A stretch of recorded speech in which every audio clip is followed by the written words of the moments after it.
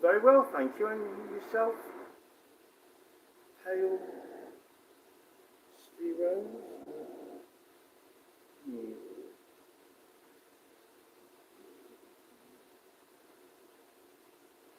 Great. Great. Great.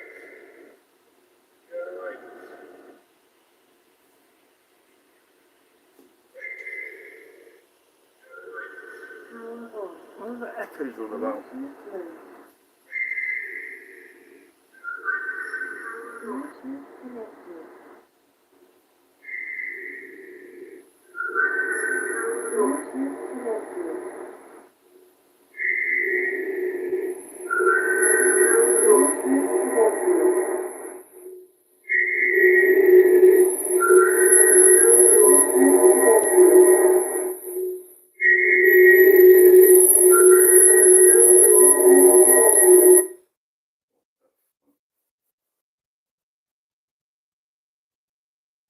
On the other side as well.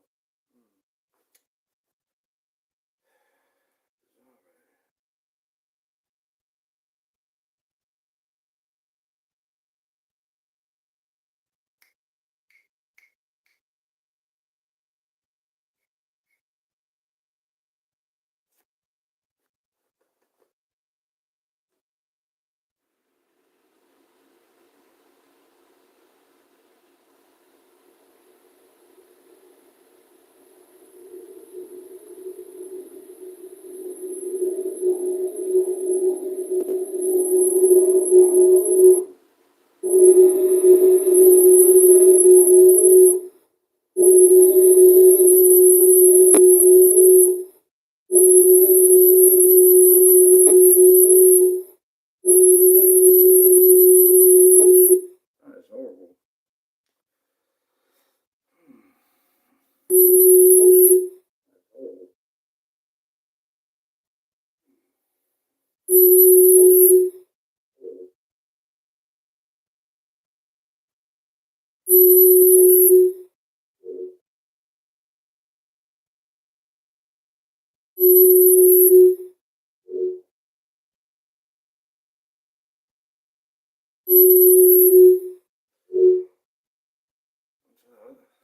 Strange.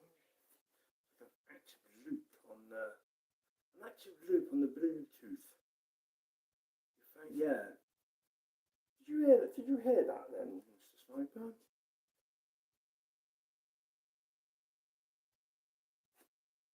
try again.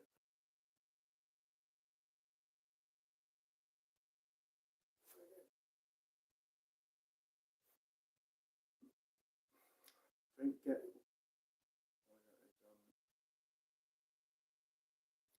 Don't get.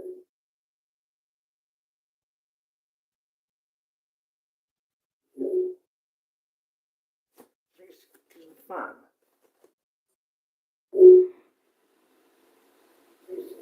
Fun.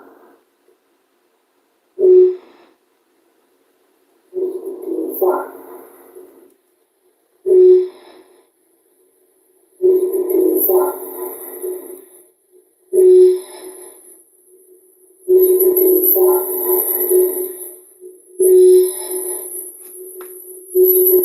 I'm watching, so I've got my, what should we get? It's not like a radio, is it? I'm getting feedback. That's bizarre. How bizarre. Ba ba ba ba ba ba ba ba ba. How bizarre. Right, where were we?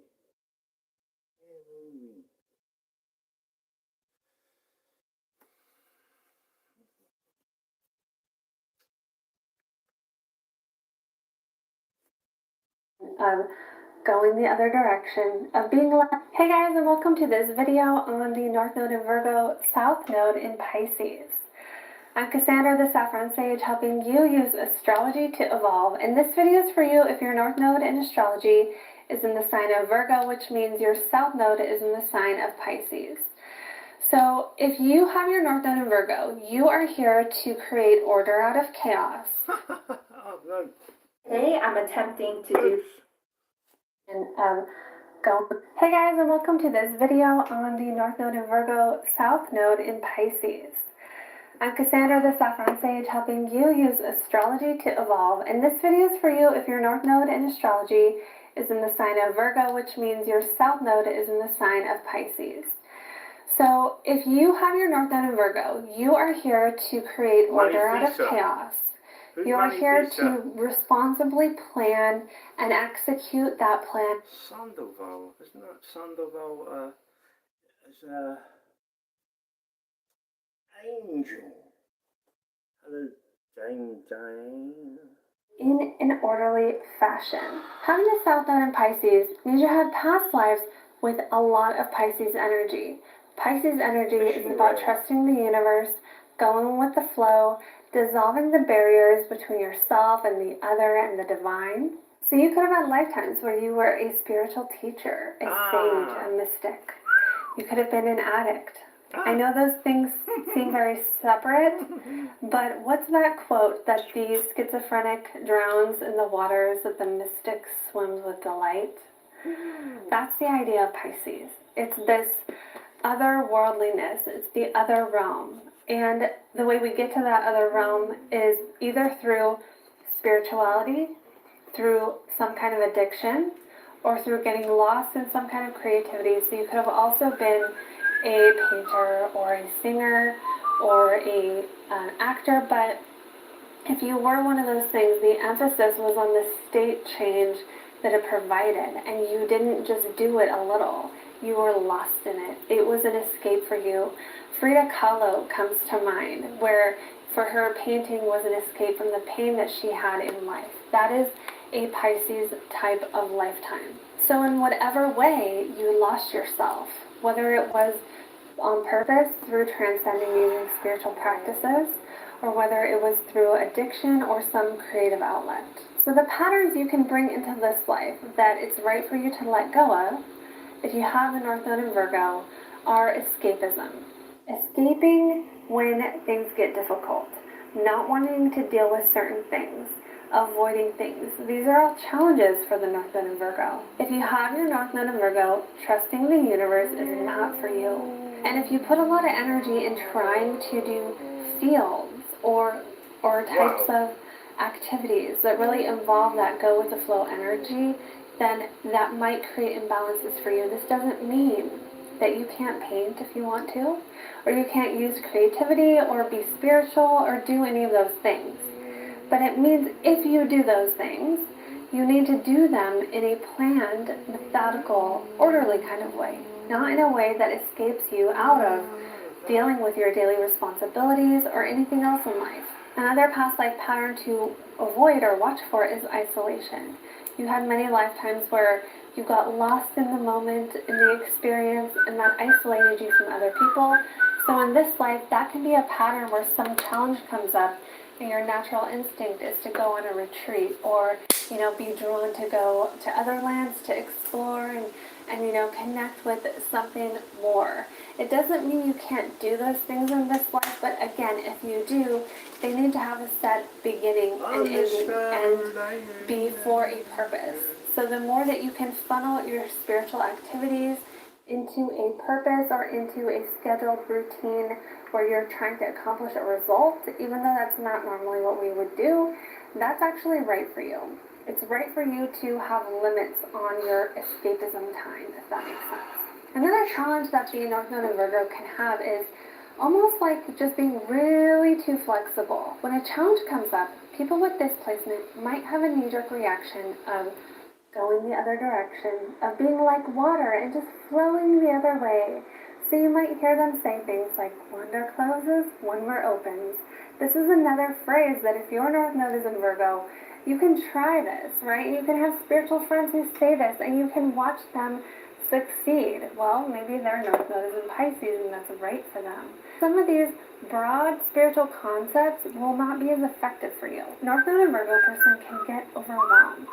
And if you get overwhelmed, you can just kind of go back into that Pisces energy of just wanting to float along in the ocean. I think of Pisces like the ocean. It doesn't have boundaries. And so when you get overwhelmed with this placement, it can be a challenge. So again, what do? You move towards your North Node by breaking up tasks into small pieces. Being like a Virgo, making lists, doing things in small chunks, making sure you tend to the details. And another thing to watch out for with this South Node is too much self-examination. So the patterns to develop for this North and South Node are creating routines, creating order, creating a plan. Making sure that your actions are making sense to you, that your goals, you break them down into next steps that are rational, and that if you want to develop confidence, with the North Node in Virgo, you can't just jump into something you've never done before and wing it.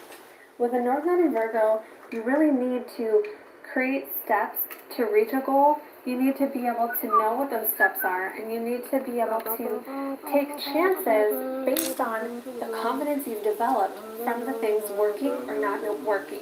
This is a sign, a placement of really needing to test, measure, and really do everything in life by how things have worked for you in the past. You may not naturally think this way.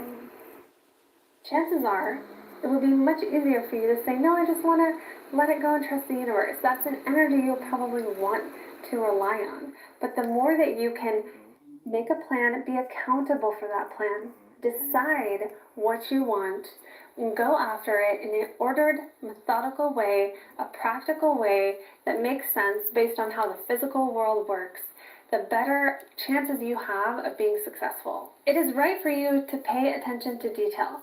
People with this placement can be very good nurses. They can work in acupuncture clinics or do other kinds of holistic health care because they have that healing energy. And then it's right for them to use it in a detailed way where, especially if you have a job or a purpose or a hobby, where doing things right, there's a right way and a wrong way. If there's a right way and a wrong way to do something, then that's the kind of thing you as a Virgo North Node can move toward.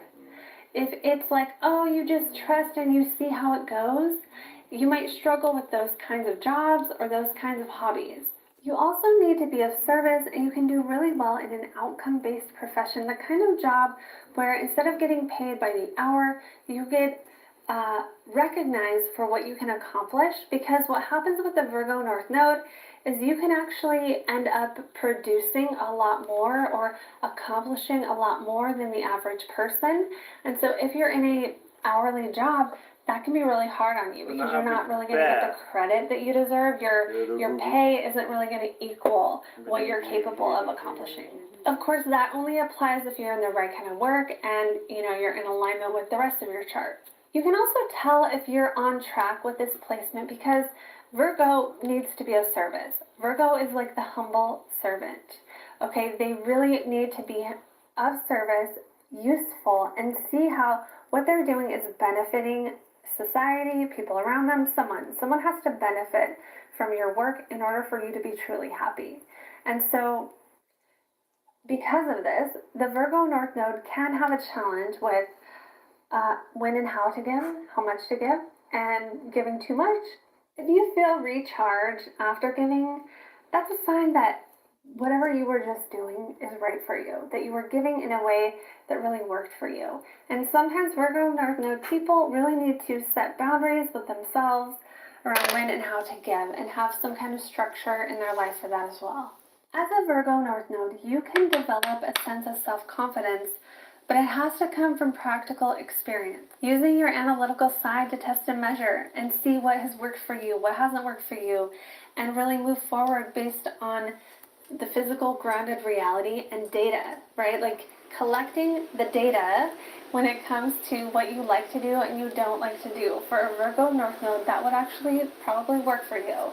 If you made a list of everything that makes you feel good and everything that makes you feel bad, that is enough data for you to move forward.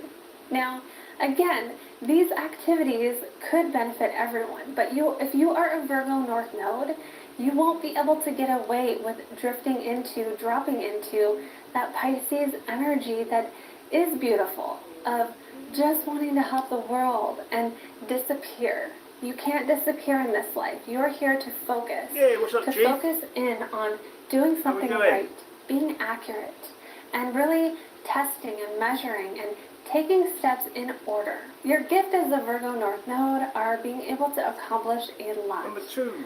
Being a humble servant, really being able to help the... There is a old, well, I think it's that old actually, little rhyme. Probably all night if I'm honest. Didn't sleep all day, so. Yeah, it's an old, like, nursery rhyme, not nursery rhyme. First the worst, second the best. Third, the one with the hairy chest. There you go, second the best.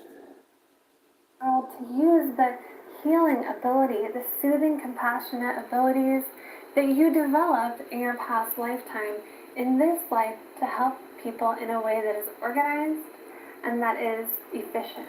You have the gift of bringing order to chaos.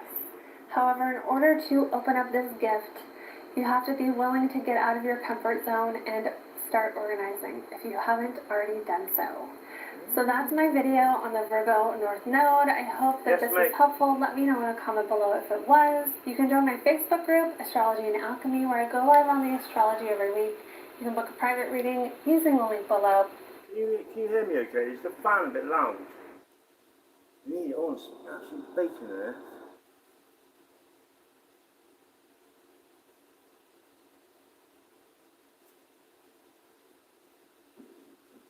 And don't forget to like, subscribe, hit the bell.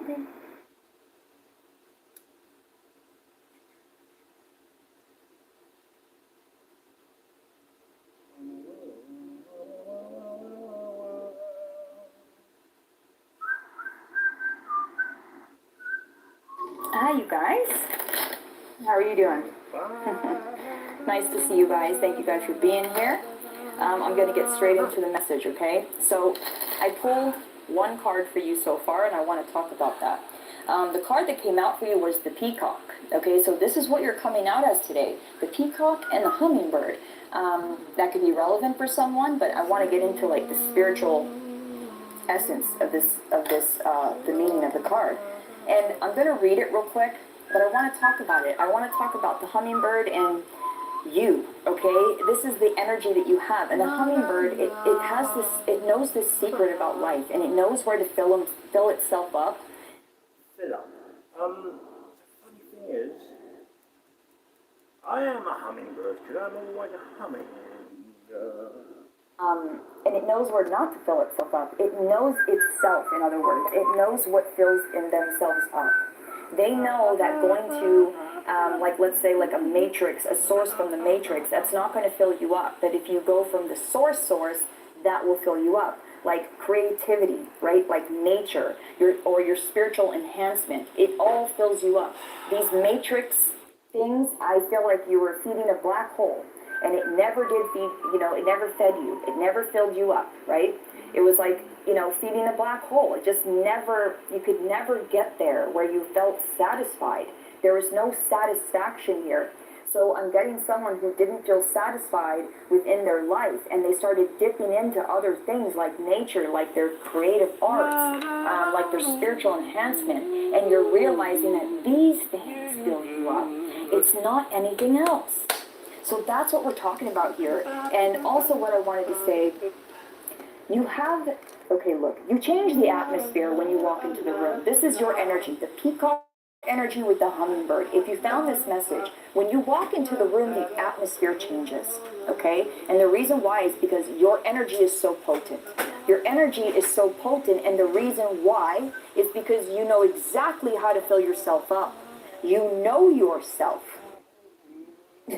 That's it. You know what I mean? You know yourself. You know what fills you up, and you know what doesn't fill you up. So when you walk into the room, your energy is so heightened, so pure, radiant, very vibrant. And the reason why, like I said, it's because you know exactly who you are. You know what fills you up, and you know its source. It's not the matrix. It's not anything 3D. That's not going to fill your soul up. You know? Okay, so first what I want to read, you're the peacock energy, okay? And like I said, the reason why you're the peacock energy is because you got that hummingbird energy and you know exactly how to fill yourself up. Okay? So the hummingbird, let's read that one first really quick. It says, inside the tiny hummingbird resides an endless well of energy and positivity. Okay? The hummingbird's secret is that it has learned where to gather nectar, and it returns to these sources daily for nourishment and rejuvenation. So again, I want to say too, someone here, you know how to recharge your batteries on a daily. Someone here, you're taking care of yourself spiritually, making sure your energy's clean, making sure you're not ingesting anything low vibrational or being around anything low vibrational. Whoever I'm talking to, you're really up and up with your cleansing. Like, you're very aware, extremely conscious of your energy. Okay, that's who I'm talking to today. Wow, this sacred elixir springs from many sources, but usually involves nature, creativity, or exploring spirituality. Follow the way of the hummingbird, and you cannot go wrong. Every droplet of life becomes sweet. Every moment is worth saving. So this is another thing that it puts you in the moment. I mean, this energy of yours is so powerful, you guys. Keep doing this. Keep filling yourself up from these wells, okay, and not from low vibrational matrix sources, okay? The real source, the one. Like, that's why you have such potent energy, whoever I'm talking to. Whoever I'm talking to, you feed yourself on a daily with spirituality, with nature, maybe art, creativity, good vibrations, good people, ingesting good things, things that make you feel good. This is why you walk in as the peacock. That's why. The reason why you got peacock energy is because you got hummingbird energy. That's what I'm feeling here. It's just so interesting and it's so beautiful. I'm going to read the peacock really quick. The beauty of the peacock is unrivaled. The beauty of you is unrivaled. And like I said, the reason for that, you change the atmosphere. The reason why is because you know what's going on within you and you know yourself. You change the atmosphere when you walk in. It's easy to think it comes from the plumage, but the secret of the peacock is that the beauty resides within and it extends outward indefinitely. Like I said, it resides within. If you didn't have that hummingbird energy where you're filling yourself up daily, taking care of yourself daily, you wouldn't show up as the peacock. Okay, so this adept creature can assimilate or digest all experiences in life. So it does not harbor resentment, conflict, or past pain within its psyche. So you could have released something as of recent, is what I'm getting. This could be an energy that you just moved into, or maybe you've been in for a while. But I'm feeling someone that you may have released something as of recent and has just stepped into this peacock energy. Okay? The peacock type is extremely rare, and not many of us have reached this advanced level of acceptance of the self and others. So God wants you to know that the energy you hold, it's rare. And what I'm because you do rare things. Not everyone ingests positive things, high vibrational things. Not everyone spends time out in nature. Not everyone spends time in their art. Not everyone spends time learning about their spiritual enhancement or their consciousness or figuring out who they are. Not a lot of people do this. So I feel like God wants to kind of grab you and be like, you're rare. You are rare. Okay? Know that about yourself. And the reason why you walk in and you show up as the peacock is because you know yourself and you know how to fill your own shit up. You're very self-sustainable. You know, you don't need anybody else. I love it. I love your energy. So I just want to get one of these. Very good energy. I love it. Very self-sustainable. Blossoming abundance. Yeah, for someone here, I feel, look, we have all tied up in the reverse, bottom of the deck, overarching energy. And what I'm going to say is that's why I was feeling someone that has recently released some kind of resentment or like regret, but I'm feeling resentment. Someone that you could have been resenting for a while. You were harboring this for a little while. And it was taking you away from taking care of yourself. And someone here, you finally have let this go, and there's no resentment here. So space has been made for you. Now you can use that time that you used to spend on resenting someone for yourself. This time that you used to spend, this time and energy, right? Energy that you used to spend on harboring this resentment, it's going to be used for you now. It's so beautiful. Blossoming abundance. When you show up as the peacock, you're showing up as abundance. So guess what you're attracting? You show up as abundance, that's what you're attracting. This is what it is, you guys. And it all stems from within. It all stems from that hummingbird energy that you have. That hummingbird energy of this self-sustainable energy, knowing how to sustain the self, knowing how to sustain your happiness, your joy, your high vibration. You know what makes you feel good, and you know what makes you feel like shit. That's the difference. That's learning thyself, applying the lessons, living it. That's who I'm talking to. You live it. What I want to do, let's just get a couple tarot. Let's do that. Anything else you want to say about this peacock energy? I mean, damn, that's what it is. You're showing up as the peacock.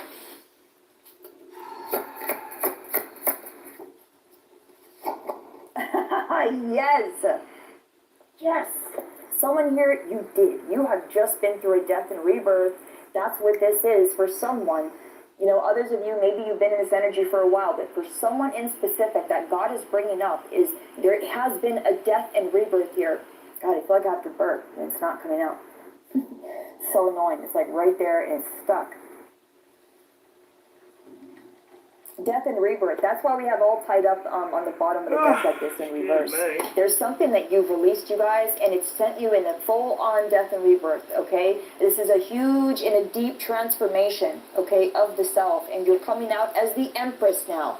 Tell me that ain't the peacock fucking energy. Right? That is the peacock energy. The Empress. You are a whole peacock, my friend. I'm a whole peacock. You are a whole-ass peacock. Damn. That just confirmed everything. Empress, first card out. The Empress embodies all four queens combined. Okay, so you got your earth, your air, your fire.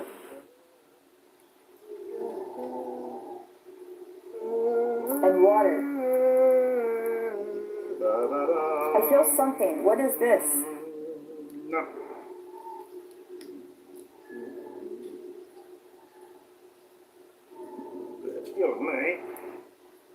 There's something about this. Okay, blossoming abundance and the Empress.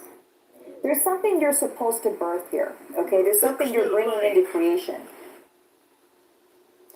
Whatever this is, I'm feeling whatever this is, you're going to be teaching other people where to fill themselves up at. I feel like you are, yes, you're a living example. I feel like someone here, I'm feeling teacher vibes, okay? I'm feeling major teacher vibes, and I'm feeling like someone here, that was out of nowhere. I'm feeling like almost like a professor. I don't know what this is. I'm feeling a teacher. And someone teaching people how to do what you do, because this is extremely important. It's extremely important for us to fill ourselves up and know where to fill ourselves up, how to fill ourselves up. I feel whole. In my mind, this is so funny. I just got a vision of a whole flock of peacocks. What I'm getting here is I feel like you're going to be teaching other people how to embody their peacock energy. That's what I'm feeling. I feel like you are going to have a whole line of peacocks behind you. There's something here, you're supposed to teach something about this. Because those teacher vibes came through so clearly just then, and strong. You will teach people how to fill themselves up. And I don't know if this might just be by example, by the way you live your life.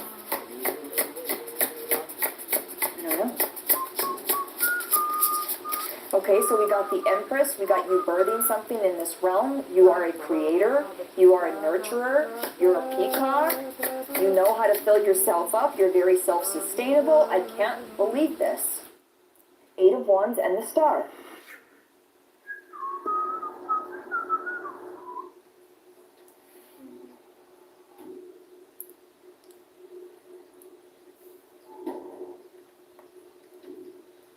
I feel this is just, this is full on energy, right? 8 of Wands is full on energy. It's usually fast movement forward, right? So you're moving forward very fast, but what I'm getting here is it's to your destiny. Like I said, you are meant to teach something. I'm feeling that.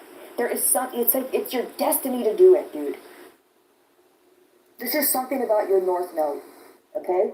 There's something about your North Node and being a teacher. That is coming through so powerfully. Like, I don't know what that is. 4 of Cups and 9 of Swords. You don't, see, here's the thing. You know how to fill yourself up, and you know what doesn't fill you up. You don't take that on as your own shit anymore. No, thank you. No, thank you. That's not my truth. That doesn't feel good to me. No, thank you. That's it. That's your answer now. No, thanks. I'm not going to take that. That doesn't feel good. So no. Okay. I feel like you could have had some people around you trying to bring you down. And this has been a big lesson for someone. I don't have to take that shit. I don't have to take this on as my truth. I don't have to listen to this. I don't have to deal with this. I have a choice. And I don't have to accept it. I can reject it. Okay. I love it. You're in control. You're the Empress. You're in control. Hold it. You're not tied up anymore. You know you have a choice. Someone here, you're choosing better things to fill yourself up with. And better people to be around. This is why you're able to show up in this peacock energy. It's because you don't take this shit on as your own. No thanks, it's not mine. I don't want it. I have a choice. And just by doing that, I feel like you're fucking showing people around you that they have a choice. It's like you're a natural teacher. It's not like you're out here with a ruler and you're just a natural fucking teacher. Maybe that's the vibes I was getting. You're just it's from experience.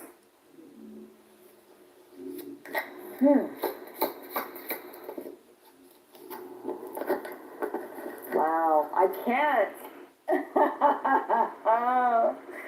You are a natural teacher, the Hierophant. The Hierophant is like a teacher, okay? It's kind of like a teacher. So that's why I'm feeling that. You are a teacher. You could be teaching spirituality. You have 10 of Pentacles on the bottom deck. I didn't even see that. Okay, so what flipped out for you guys? 2 of Pentacles and the Hierophant. Ooh. This is your life's work. You're bringing balance back into this realm, okay?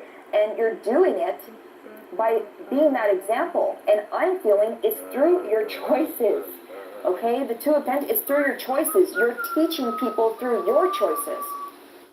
I don't have to accept that as my truth. I don't have to live that way. I don't have to listen to you. I don't have to go there. I don't have to do that. I can do what I want to do and live my own life and fill up my vessel with the things I want to fill up. It's my choice. And this choice, you guys, you're leaving a legacy. You are a teacher. I'm not even kidding. This is why I was feeling this so heavily earlier. You are a teacher. You're meant to leave a legacy with this, you are the legacy you'll leave, right? You are the legacy you'll leave. But you're meant to leave this legacy just by being this example, by showing people that, look, filling yourself up with these things, these matrix things, these lower vibrational shit, it doesn't do anything. It's almost like you're showing people, like, look, I'm the experiment here. I've tried everything. This works, this doesn't. You're just an example. Do you see what I'm saying? It's like you're showing up to people like, look, I've been through everything. And I'm just going to tell you that this worked for me and this didn't work for me. That's the example. It's not like you're out here teaching. You could be a teacher. I could be talking to a teacher. But I'm feeling whoever I'm talking to is a natural born teacher. You do it without even realizing it. And whatever the example that you're leaving, it's bringing balance to this realm with the Two of Pentacles. You're bringing balance into this realm by leaving this legacy of an example. This example of, hey, this worked for me and this didn't. I'm a living example of this. Ten of Pentacles, bottom of the deck, overarching energy. We already have blossoming abundance and the peacock. The reason why is you're attracting this, you guys. You're so high vibe, whoever I'm talking to. And yes, you have your moments. Yes, you got your days. We all do. I'm not saying you're fucking, 24/7. That's not what I'm saying. I'm talking to someone, yes, you have your moments. You dip down, but then you know how to rise back up. And the reason why is because you know where the nectar comes from. You know where the nectar comes from, and you know where the nectar isn't. It's like, you've been there. So I just feel that's the example you'll be leaving, and that's what I wanted to say. Because you know how to fill yourself up like this, and because you're so high vibe, that's why you're bringing in the Ten of Pentacles. That's why. And you're showing people, look, this is how you manifest the Ten of Pentacles. This is how you do it.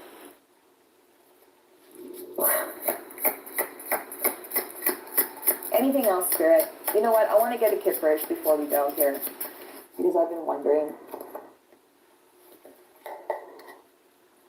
I split it on love spell in the reverse. Out here breaking spells and shit, dude. With your vibration. It's your vibration. And the reason why, it's like the atmosphere fucking changes when you walk in the door. And the reason why is because you know what fills you up. You know where the nectar comes from. You know how to retrieve the nectar. You know where the nectar is. You show up as the nectar for other people. Oh my God, bro, I just got the message. That's what it is.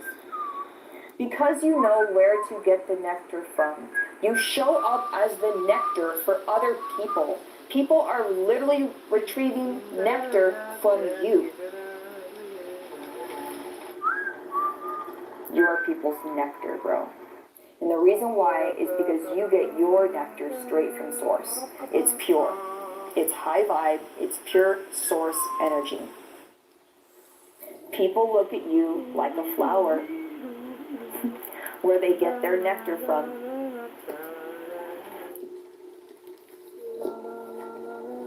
I can't, that's so insane. You are the nectar. That's why the Hierophant came out. You are the fucking nectar. Please, God, don't let me hear that. You are the nectar. Wow. That was beautiful. Thank you, God, for that. Like, I got that message just boom. You are the nectar. You know? You're like God's nectar, and people are literally retrieving source light energy from you. And the reason why is because you know where to get it from. You know where the source comes from, the nectar comes from. You fill yourself back up, whether it's through nature, creative endeavors, or spirituality, like learning about your spirituality. Like all of these things, they fill you up with God's nectar. And then you walk in the room and people can see it.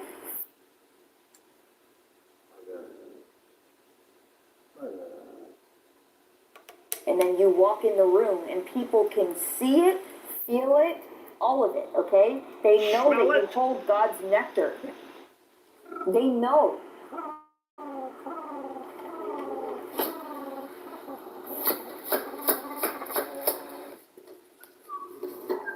They know.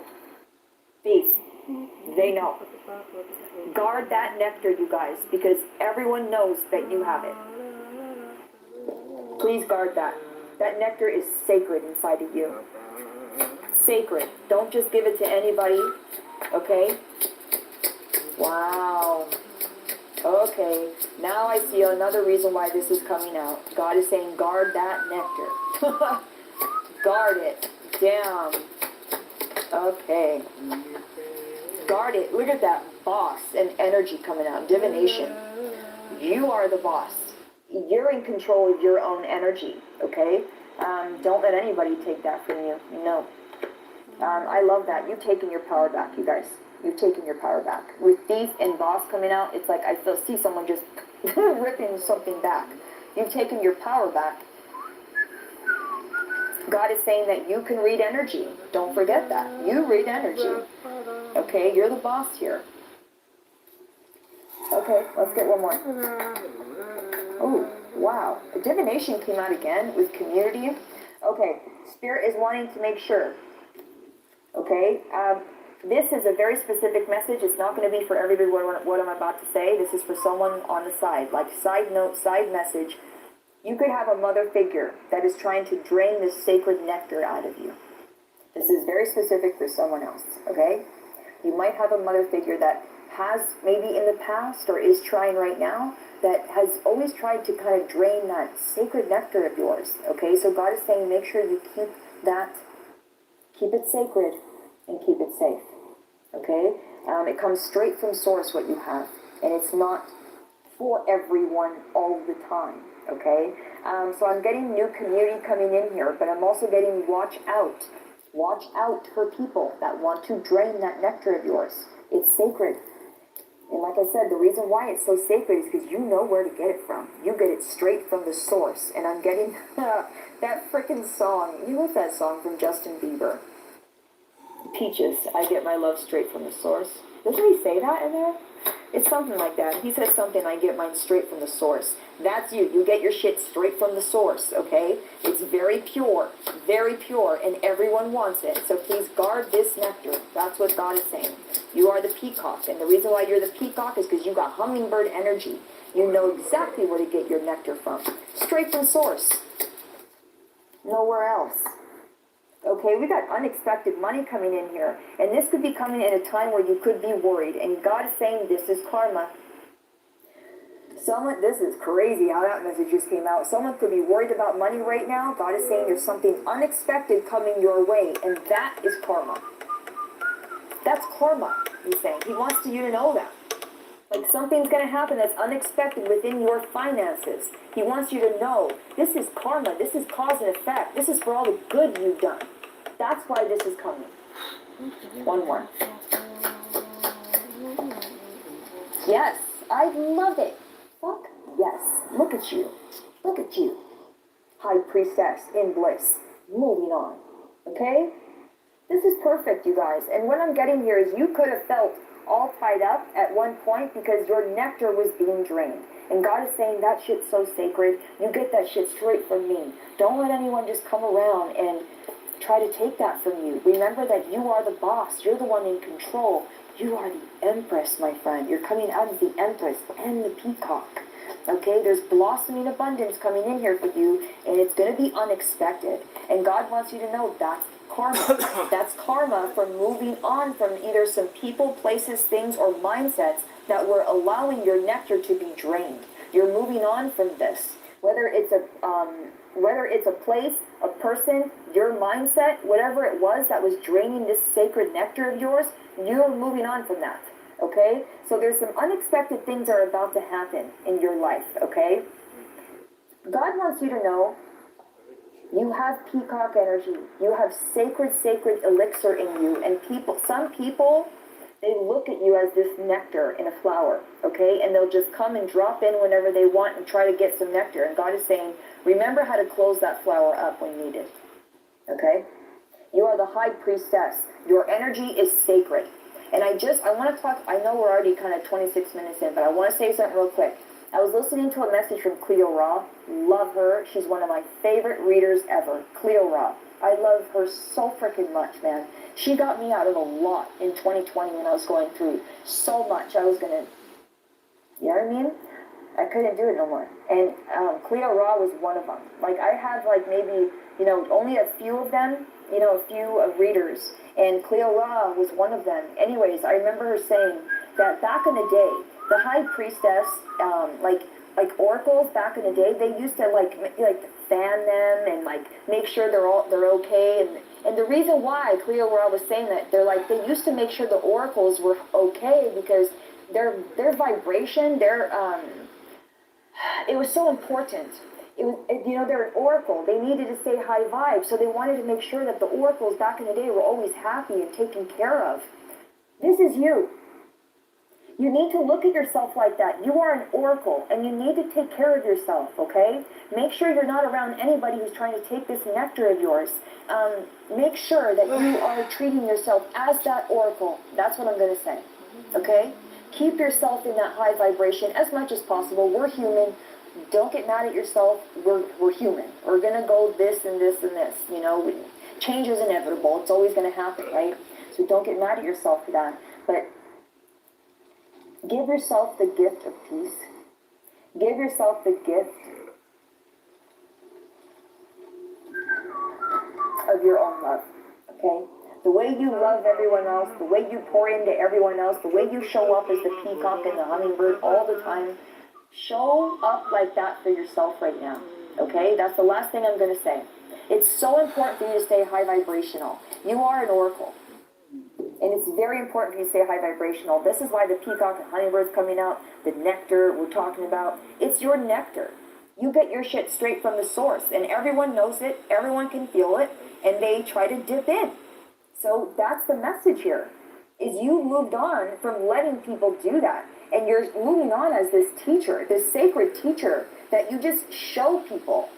You show people. You are the example. It's beautiful. You bring back balance to this realm. You moved on from letting anyone steal this nectar of yours. You know it's sacred. And there's something unexpected here happening with your finances. And God is saying that is karma. Whatever happens with your finance, it's karma. Okay? So something unexpected and something positive is happening here.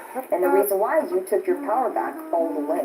You're not letting this sacred nectar get stolen anymore, okay? And you know how to fill yourself back up. This is someone who is self-sustainable, okay? I love you so much, you guys. Guard that nectar. It is sacred, and you should guard it. I love you.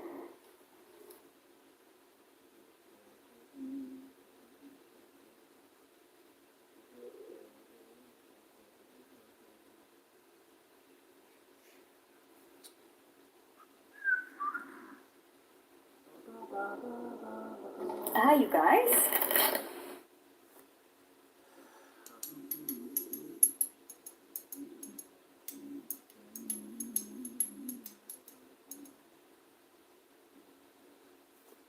Hey, I want to do a quick energy reading with you guys. We do have that solar eclipse coming tomorrow on the 12th. I am recording this on the 11th. We have the 6th planetary alignment. There is the meteor shower which is going to be under the darkness of the new moon. So hopefully wherever you are able to see it. So I'm super excited about that. I'm just going to tap into the energy real quick, pull some tarot and oracle, and see what this may bring for you, or if there's anything that you should be made aware of. And really quick, now that I have your attention, I want to make a wee little announcement, okay? Because it has been brought to my attention recently, and I'm not trying to single anyone out, so I'm just going to say this overall for, my own protection and boundaries, and for the mental well-being of everybody here on this channel, that what I do here is strictly to be a channel to pull through messages, do tarot readings, offer the love readings for you guys to align with these timelines or get clarity that you're seeking about certain situations. And I need to make this announcement so you can hear it from me, that it can be confusing sometimes, and I know people, energy connections can be really confusing, but just so you hear from me, I am not here as your twin flame or your soulmate. If someone may have been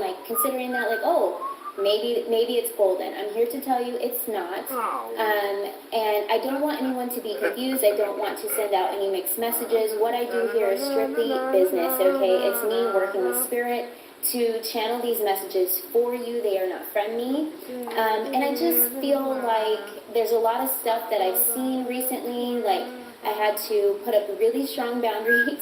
And I know that so many of you are here for the right reasons, and so I just want to make sure that I make that clear. I didn't even want to have to announce that, but I felt like if you hear it from me, maybe it'll help, eliminate some confusion that there may be. And if you are conversing with me, it's not me, because I don't do any personal contact. If anybody even reaches out to me, somehow if they find my email or, for a reading, but they cross those boundaries, I never reply, and it's usually blocked, or I state then and there that I'll have to, end the conversation. And so if somebody is conversating with you and they're saying that it's me, please be aware of scammers out there, because that definitely is not me, okay? So I really didn't want to have to make that announcement, but I felt recently it's gotten a little out of hand, so I just want everyone to be in the right frame of mind while you're here to receive these messages from Spirit, and just know they're meant to be a channel. I'm meant to be a guide, nothing more, all right? So let's just see what's coming through here. We've got time, all right? Divine timing, I feel like it's the waiting game, but look what's on this card, you guys. We have the sun and the moon. So I feel like something is significantly lining up for you with that 6th planetary alignment. This is your time. Somebody could be 41 years old. The number 5 is significant. The month of May, somebody could be a life path 5. I feel like, I don't know, it's almost like this part of your life is going to bring a lot of blessings here. We have lucky here. You make your own luck. So I feel like whoever you are, the color green could be significant to you at this time.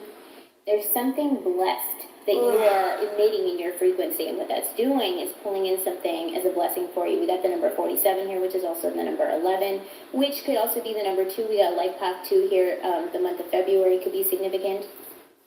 Maybe there is something significantly happening for you since the month of May. You've probably been feeling a shift. There's probably a lot been changing in your life. And I feel like from now up until, the Chinese New Year of next year, I feel like things are amping up for you, because we are in the year of the fire horse, okay? We've got gratitude here. Living in that attitude of gratitude is bringing you lucky blessings here. Somebody could be 47. I don't know if I said that here. We have spiritual cleanse, all right?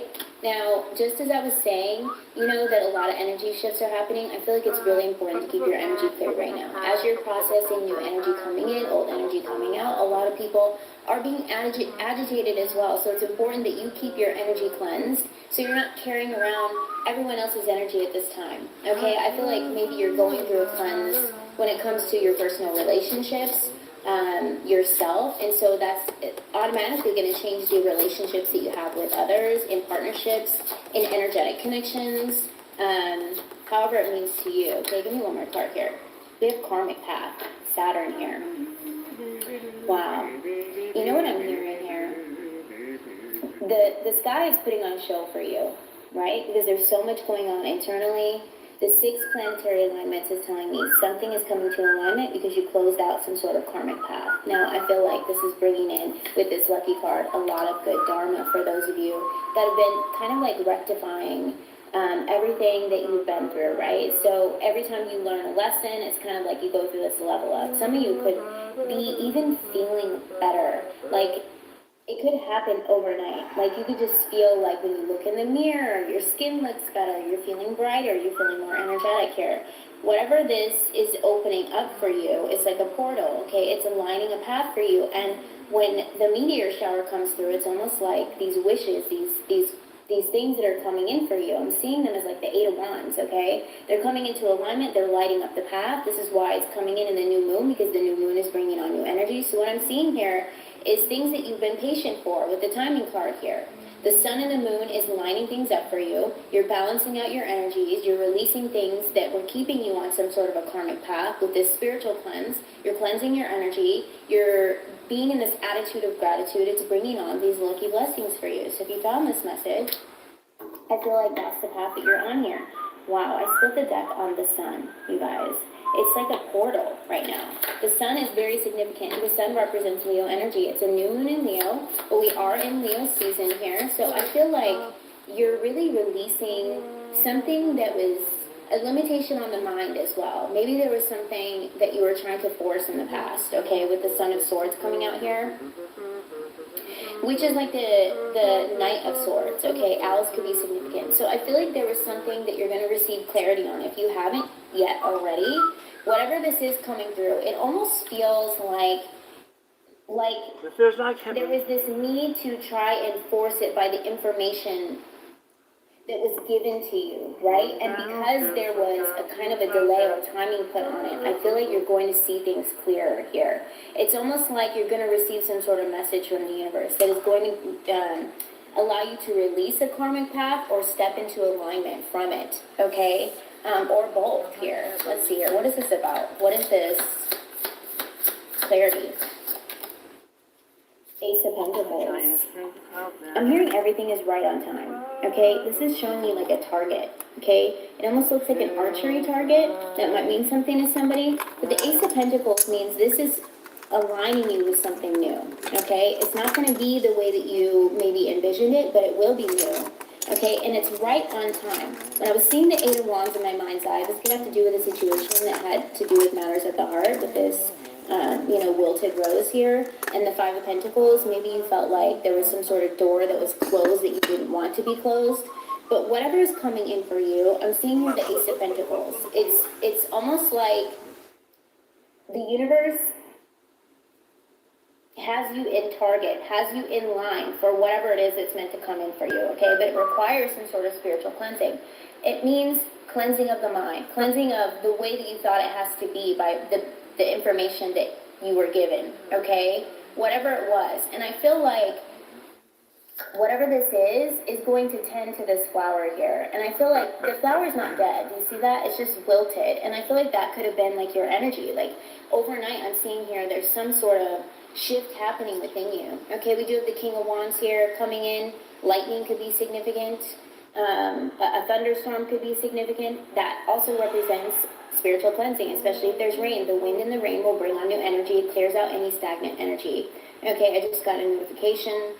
Sorry if that blocked out what I was saying here. But if it has to do with something with matters of the heart, I feel like being grateful for the information that you've been given and release any expectation, release any negative thoughts or any energies that may be circling you or that were keeping you in some sort of a karmic path, or maybe this is even a relationship that kind of kept you down and out, okay? Whatever it is I'm seeing here, there's going to be a lot of passion here. You could be dealing with a fire sign here, with the Father of Wands here, and the Daughter of Cups here. So I feel like there's new energy coming in. This could mean new people for you, new relationships, new abundances, new offers coming in. Now, new offers don't necessarily have to mean relationships. The Ace of Pentacles is also like making me think of Target for whatever reason. You know, like the Target symbol. But I feel like it's like timing. Like you're coming full circle and something new is coming in for you, but it requires a release of expectation or a release of a thought of something that you felt like needed to be forced in some way. I don't know. It felt like maybe you were trying to push something forward in some way. So I had to pause it really quick because a new Oracle deck came. That was the notification that I received. So I figured what a better time than to open this deck with you guys. I just took the wrapping off, and it's called Oracle Mystical Moments. The first card, I was super excited. I was like, maybe I should use this for the rest of the reading. It says night and day. So I feel like this is significant to what is happening with the solar eclipse tomorrow. Night and day, the moon and the sun. We have no rain today. Okay, that means for most of you, the spiritual cleanses already came through. That means you're feeling the shift that I was picking up on, right? You're feeling this energy clearing way before it happens. So chances are you've already stepped into a new timeline, a new cycle. We have the journey here, okay? Let's see here. What is this path taking my collective to? We have Eva. I don't know what that card is. This could represent Eve, because we do see the snakes here, so maybe there was an energy that was tempting you in the past. Maybe that was why I was picking up on an energy where something felt like it needed to be forced because it felt like it was right? I don't know how to explain this energy. Not that you were like forcing it or making someone be with you in a way, but it almost felt like it was forced. It almost felt like the information that was given to you felt like it was the right way to be, and so maybe it was pursued because felt like a temptation. Okay? But I feel like maybe that was some sort of a test, and I feel like you passed the test here. Whatever that was, I feel like there was some clarity received here. This could be why there was some sort of a wilted rose. Now, maybe that means some of you were in some sort of a doppelganger connection where it felt like it was the right person. It felt like it was, divine timing. It felt like this was the right person, and then they started to show their true colors, or it's just a mixed match here, and it ended up being that karmic path, that karmic lesson. So I feel like whatever that was cleared out for you to finally align with something that really, I'm going to say the word represent, what really represents what your heart is, right? Because you will attract in what you feel in your heart, and once that's finally cleared, and all the heaviness is removed, you're finding this lighter energy. So I feel like whatever you are lining up with is going to feel lighter and free. It's not going to feel like temptation. It's not going to feel forbidden. It's not going to feel like it's being blocked from you, so you have to kind of like weave your way in. It's not going to feel like, what is that saying where they say, fitting a peg into a round hole, right? It's not going to feel forced. It's going to be divinely timed. Okay, that's definitely what I'm getting here. Give me one more card here. We have the number 16 here, which could also represent the tower. Maybe there was a tower moment. Okay? You guys, I just realized that I don't think that I have mascara on today. Oh, no, I do. I do. A long way home. Okay, so it's been a long journey, but now the path is opening up for you. The path is opening up for you. Somebody could be 35 years old. Somebody could be 37. We got the number 16, which is also representation of the number 7, the month of July. Life path 7. I feel like something significantly started to shift for you in the last couple of months. And now you're finally aligning with this path that aligns with your destiny. It's going to represent what feels home to you on the inside here. Yeah, it almost feels like you felt stranded here, but now you're being led in a new direction. Dandelions could be of significance. Long way home. Wherever this next part of your journey takes you is going to feel like home. Now, maybe for some of you that is going to be a new home, new attitude kind of thing. But home could mean anything to somebody. Like, that's giving me that song, Home is Whenever I'm With You. Hot air balloons is also telling me there's some sort of enlightenment happening here. So what is this home energy for the collective? What is this home energy? We have the Mother of Cups, the Fool. Wow, there's a lot of cards here, you guys. Wow. Wow. Okay. So we do have the Five of Cups here. It's also giving me that wilted rose energy, but it's the year of the horse, right? So I feel like this is how you could have started off the year. A lot of confusion here. This is going to be the new path. This is going to be like the start over. This is the karmic path. This is that circle that I was seeing, right? But you're the target. You're in the middle of this circle, and you're finally facing the right direction. You're going to be led in the right direction. We have the Chariot here. So now you're in this right energy. You're harnessing the energy of what the fire horse energy represents, right? It also kind of looks like a solar eclipse here. We've got the butterfly here, so there's some sort of growth happening here. something that is a part of your destiny timeline with the eternity symbol with the Two of Pentacles. We do have an Emperor energy here, okay? Somebody's standing tall, standing strong, standing proud. Okay, that's what I'm seeing here. This could be a father energy, like maybe somebody has a child, but what I'm seeing here is the masculine energy in this reading that I'm picking up on may have felt stranded in the past.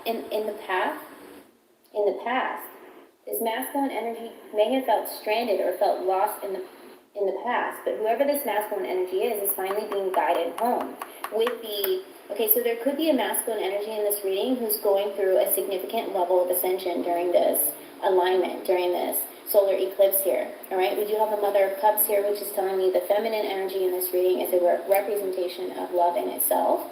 Okay, so the masculine energy is going through some sort of massive ascension and alignment, being led home potentially to the Mother of Cups, which is the Queen of Cups, somebody who is right for them, somebody who is a safe harbor, somebody who holds space, somebody who is very empathic, very nurturing, very caring. It almost is a representation of the Empress energy, but I feel like the Empress energy she will step into when there is some sort of alignment between the masculine and the Emperor here, right? The Emperor rises and then he meets the feminine and then he kind of invites her in to join him. So that's definitely what I'm seeing here. And the one last card here that I have on the bottom is the Lovers, right?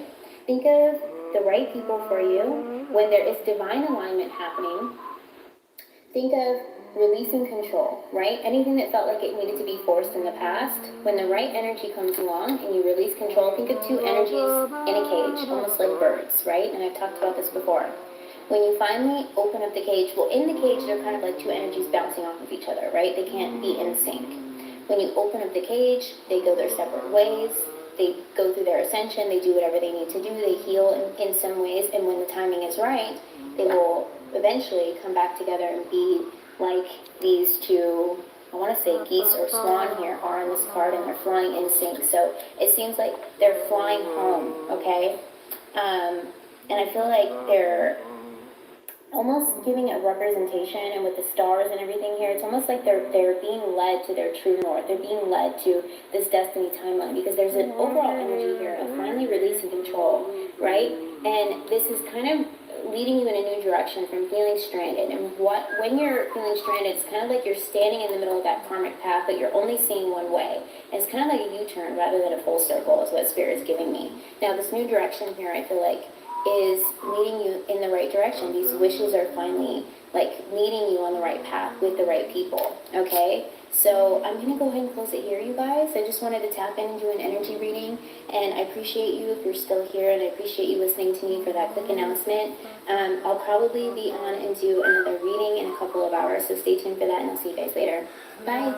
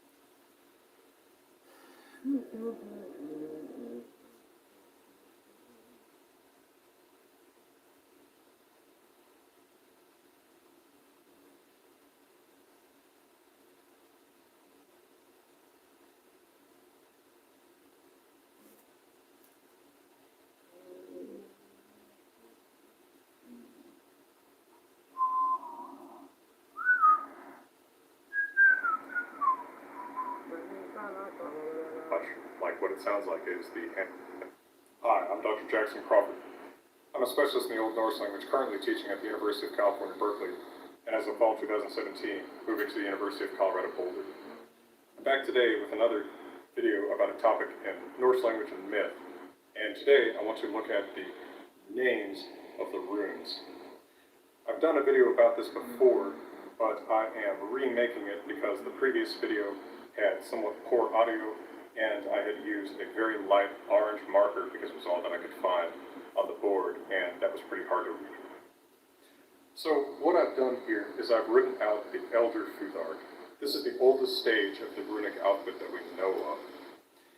The earliest inscriptions in Elder Futhark that are known date to about 160 AD or CE. This comes from Denmark.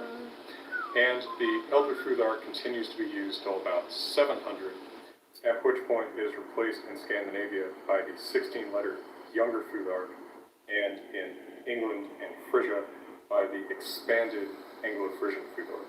So starting from this point, there comes a system in Scandinavia that has fewer letters and a system in England and Frisia that uses more letters.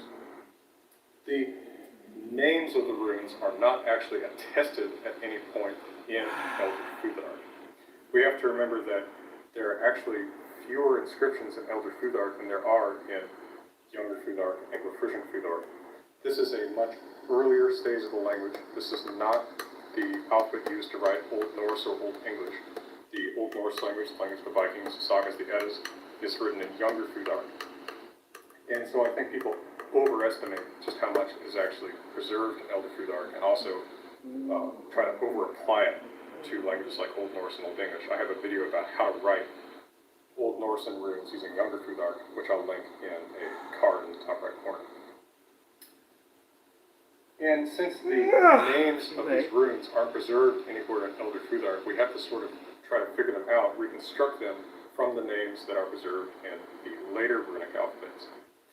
We know the names of the runes in Younger Futhark and Anglo-Frisian Futhark from the rune poems. There is an Old English rune poem, an Old Norwegian rune poem, and an Old Icelandic rune poem.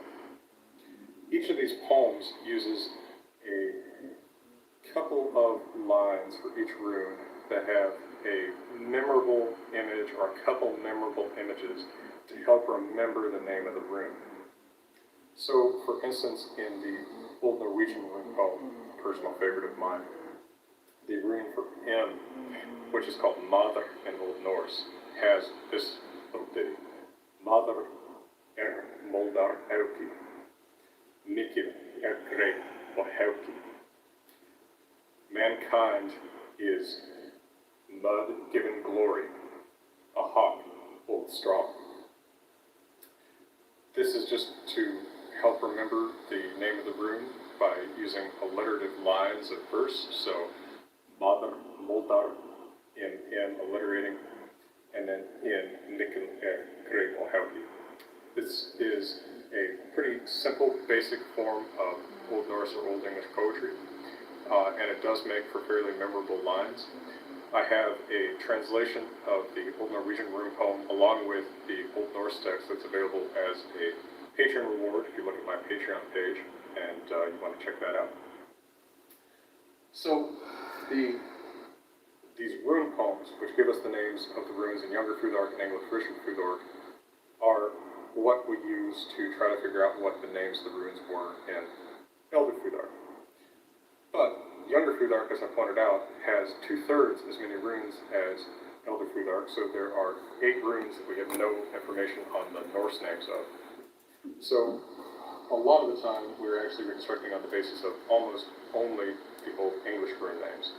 However, there is one additional source of information that is significant, which is the Gothic alphabet. The Gothic language is the earliest Germanic language available in large, cohesive texts from the 300s, when the translation of the Bible by Bishop Wolfless, or commissioned by Bishop Wolfless, was made. The alphabet used to write Gothic at that time was based on the Greek alphabet, but the names of the letters in the alphabet were based on runes. Also, a couple of the letters in the alphabet are based on runes. We know the names of the Gothic alphabet thanks to an Old English writer named Alcuin, who recorded them as best he could. And so sometimes the Gothic names of the letters help us figure out what a rune name was in Elderfjord too. So on this board, what I've done is I've written out the 24 letters of Elderfjord. There is a fair amount of variation between how these letters look, so I've used a pretty conservative or archaic form of most of these letters, where there were a few different variants. Also, the way that the names are written out in the Roman alphabet will vary from scholar to scholar, because people reconstruct Proto-Germanic with slight differences. You can also reconstruct a sort of earlier and a sort of later Proto-Germanic, a more Scandinavian-looking Proto-Germanic, more English-looking Proto-Germanic. What I've tried to do here is just kind of keep a middle line. But the names that I use may look slightly different from what you've seen on websites or posts. So to begin with, the letter, the rune that is equivalent in use to the letter F in English, stands for the sound F, is fehu. This is ancestral to the English word fee, as in something you pay for parking, and also to the German word fee, which means cattle. Most likely fehu in Proto-Germanic meant boat, as does its descendant word fe in Old Norse. The letter for the sound U is urus. Most likely this originally meant the aurochs, an ancient European kind of wild cattle, but the later rune poems also point to possible meanings including storm and slag, as in bad iron. The rune for the th sound, as in thin or Thor or thunder, is thurisaz. Notice that this It's watching you.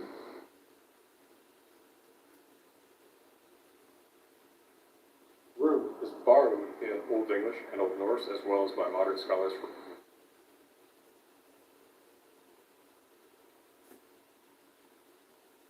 So don't be naughty. writing early Germanic languages to stand for the th sound. So th in English, then or Thor or theater, should not be written with a T rune and an H rune. It's written with just this rune for that TH sound. So thurisaz. The letter is called thorn when it's used in the Roman alphabet. This is based on the Old English name.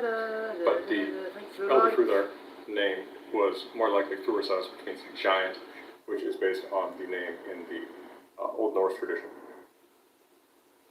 The rune for the letter A, the sound, is Ansus. This is a god. This is the word that becomes Os in Old Norse, plural Asir, as in the family of gods that Odin, Thor, and Tyr belong to. Then there is the rune Raido for the sound R. This means a ride, which is much like what it sounds like. It is the ancestor of the English word ride. Then there is the rune Kauna for the K sound.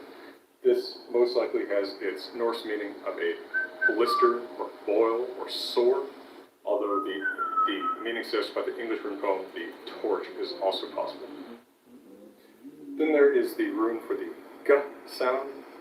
This is Evo, which means gift, and the sound for the W or W sound. This is Unyo, which means joy. Then there is the H rune, which looks much like an H, but with a diagonal bar in the middle. This is Hagalaz, which means hail, as in an unpleasant form of precipitation. And there's the N rune, now these. This means emergency, desperation, need. This is the origin of the English word need. Then there's Isas. This means ice. This is ancestral to English ice. This is the rune for the letter I. This is the Y rune. This is the sound written with a J in most Germanic languages, although with a Y in English. The name of it, Yera, is ancestral to English year. But we should remember that this was more often used for the particular part of the year that the harvest came in, and especially of a good harvest rather than for a rotation of the earth around the sun. So we might be better off translating this as harvest, even though it is ancestral to our word year. The next three runes, there's a lot of uncertainty about. We know that this rune stands for the P sound in Proto-Germanic, but P is very rare in early Germanic languages, so it doesn't appear very often. The testament of the Old English rune poem and the Gothic alphabet is confusing here. It does seem that the name contained an element pear, which might be related to pear tree, but what its exact shape was is unknown. It might have been pear though, it might have been pear throw. It's very difficult to tell because there's been some corruption in the medieval evidence here. This rune, we're not even sure exactly what it meant. The best speculation I've read is that it meant the sound "at" in Proto-Germanic, so the sound of cat or bat, last English words. But based on the name of it in Old English, its name might have been Ahaz, which doesn't contain that sound. Notice that all the other runes' names contain the sound of the rune. So this is a little odd and confusing. Ahaz would mean the yew tree. And another curiosity here is that this name becomes the name of this rune when it's adapted into the younger Freelark in Scandinavia. So maybe this was actually the name of this rune. It's all pretty unclear, especially since this rune isn't even used in meaningful inscriptions outside of England. And in England, we find it used to mean a bunch of different vowels and even consonants. So very confusing testimony about this letter. This rune stands for the Z sound. Notice that this cannot come at the beginning of a word, so unlike the other rune names, the sound represented by the name comes at the end of the name. Algiz means elk. This is ancestral to the English word elk, but since this is European English we're talking about, this is what Americans would call a moose. Then there is the rune for S. It has many different forms in Elder Freelark. This is just one, but its name was pretty clearly Solo, meaning sun, as in the sky sun. Then there's the T rune. This is named Tiwaz. This is the name of the god Tyr. It becomes Tyr in Old Norse. It becomes Tyr in Old English, which is, of course, still with us in the form of Tuesday. Then there's the B rune, Berkana, which means birch tree. There's the rune for E, S sound. This has a couple different forms, including one that looks more like an M. Its name was Ehwaz, which means horse. Then there's the M rune, which is named Manas, which means man, ancestral to English man. The L rune, named Lagus. Its name means lake.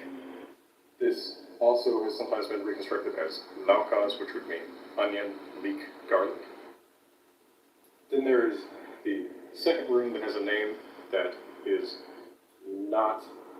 does not start with the sound that it represents.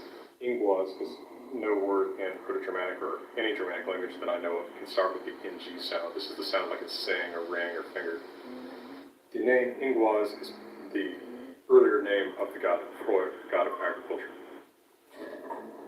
Then there's the D rune. It's named Dagaz, which means day. And the O rune, which is named Othala, which means inherited property. Sometimes in Elder Freelark inscriptions you'll see the order of these two runes reversed, but the correct original order seems to be with D and then O. I have another video on this channel that concerns the possible origin of the runes, looking at some of the ideas about that, as well as my own pet hypothesis about it, as well as some other videos about topics in runes and Old Norse language and Old Norse myth, including about my new translation of the Poetic Edda, the main source for the myths of the Norse gods and heroes. For now, I hope this has been somewhat useful and informative to you, and I'm wishing you all the best.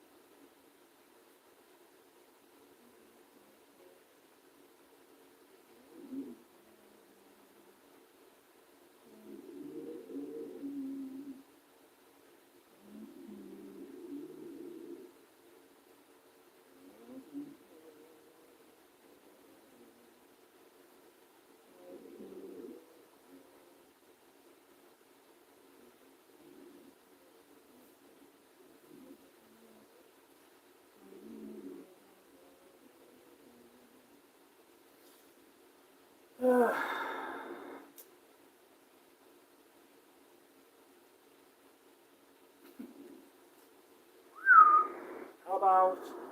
Fuck off with him, man.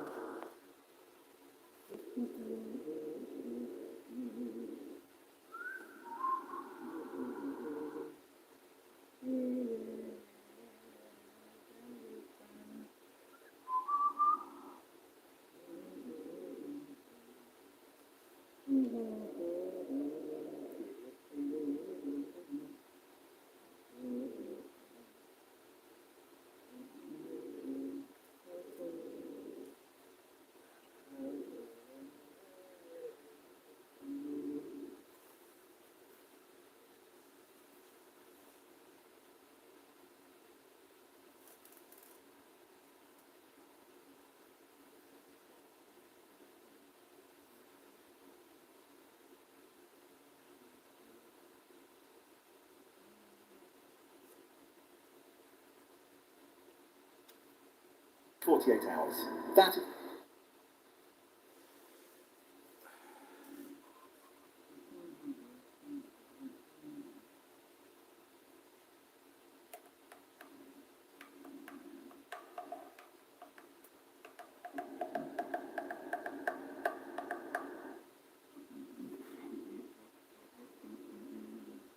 Study is a form of contemplative prayer. We always talk about how action is a prayer. And as we study and contemplate this painting from the year 1370 and why there are 13 individuals around a circular table, in part one we discussed ears and how significant the ears were about hearing the unseen. And in this video, we're going to speak mainly on the hands, the hand mudra, and understanding how hands are connected to the sun. The two hands represents the number 10. In part one, we talked about the master of the net. Net spelled backwards is 10.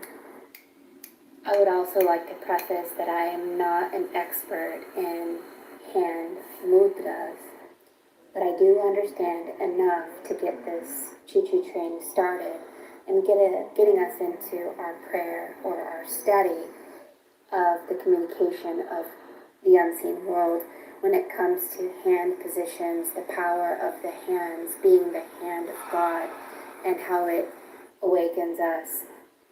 You'll notice in the original Last Supper, there are many hands being showcased, but also feet.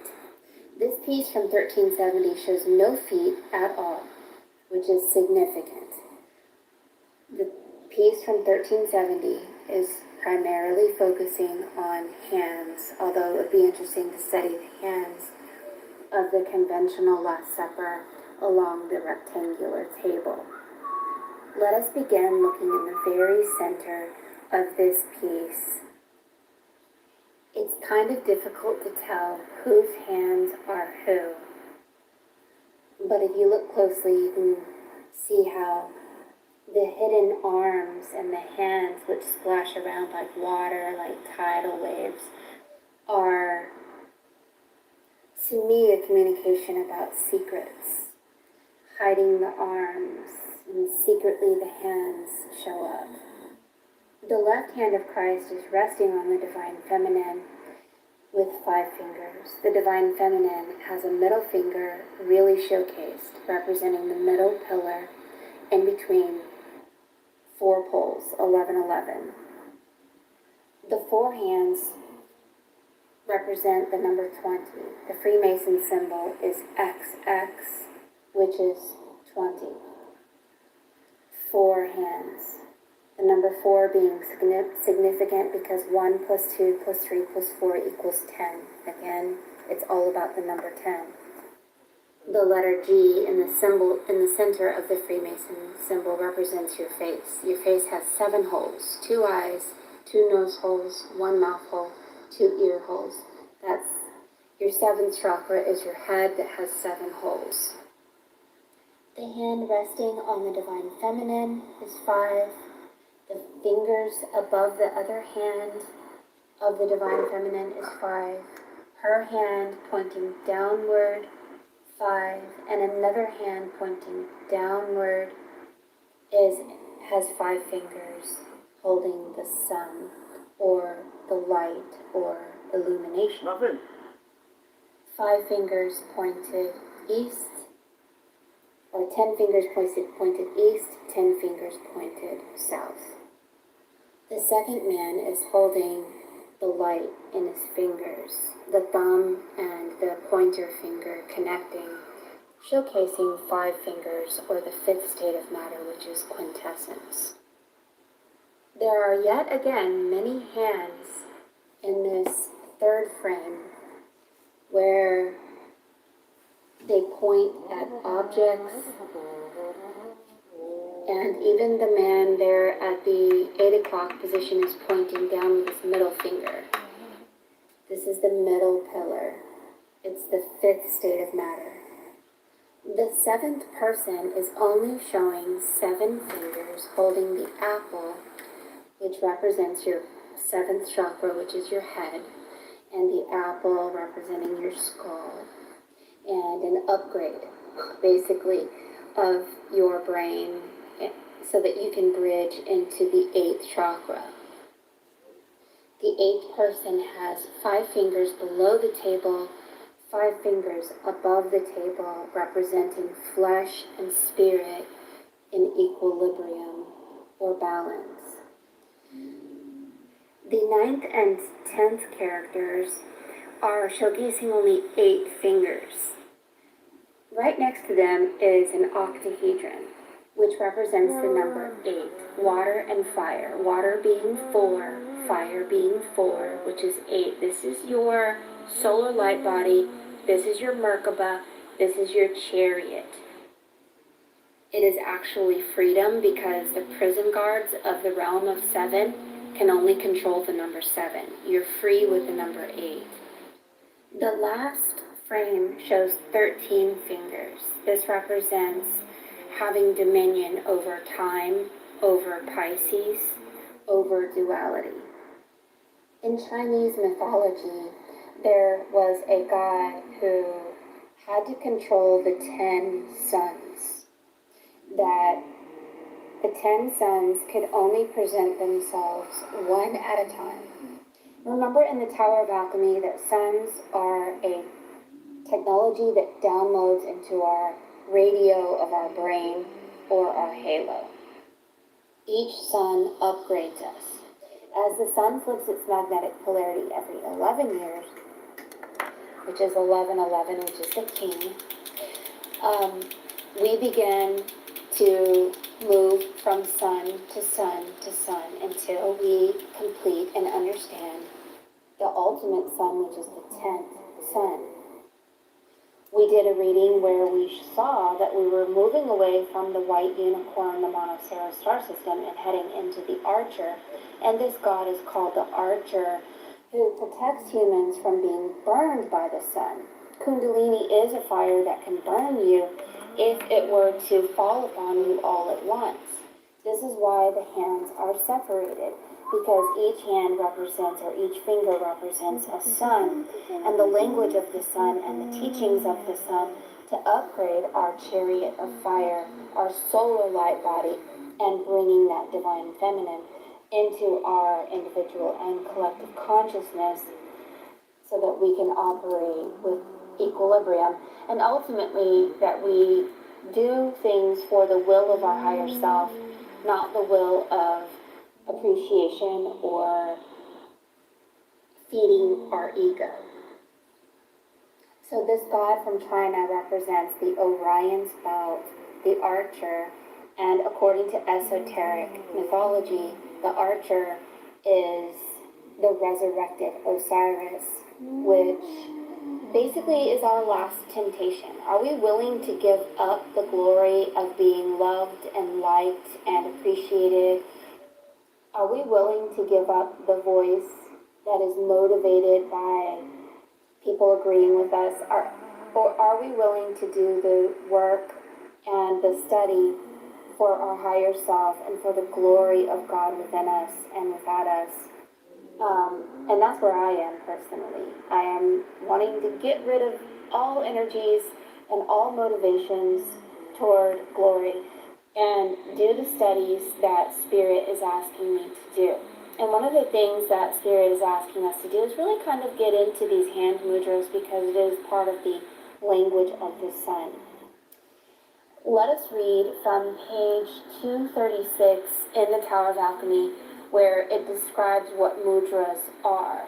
Not just hand mudras, but the mudra as the language of Vajrayana, Yogini, the diamond cell, the diamond octahedron, your chariot of fire. Practitioners, which is you and me, of Vajrayana, call the lover of the work a mudra.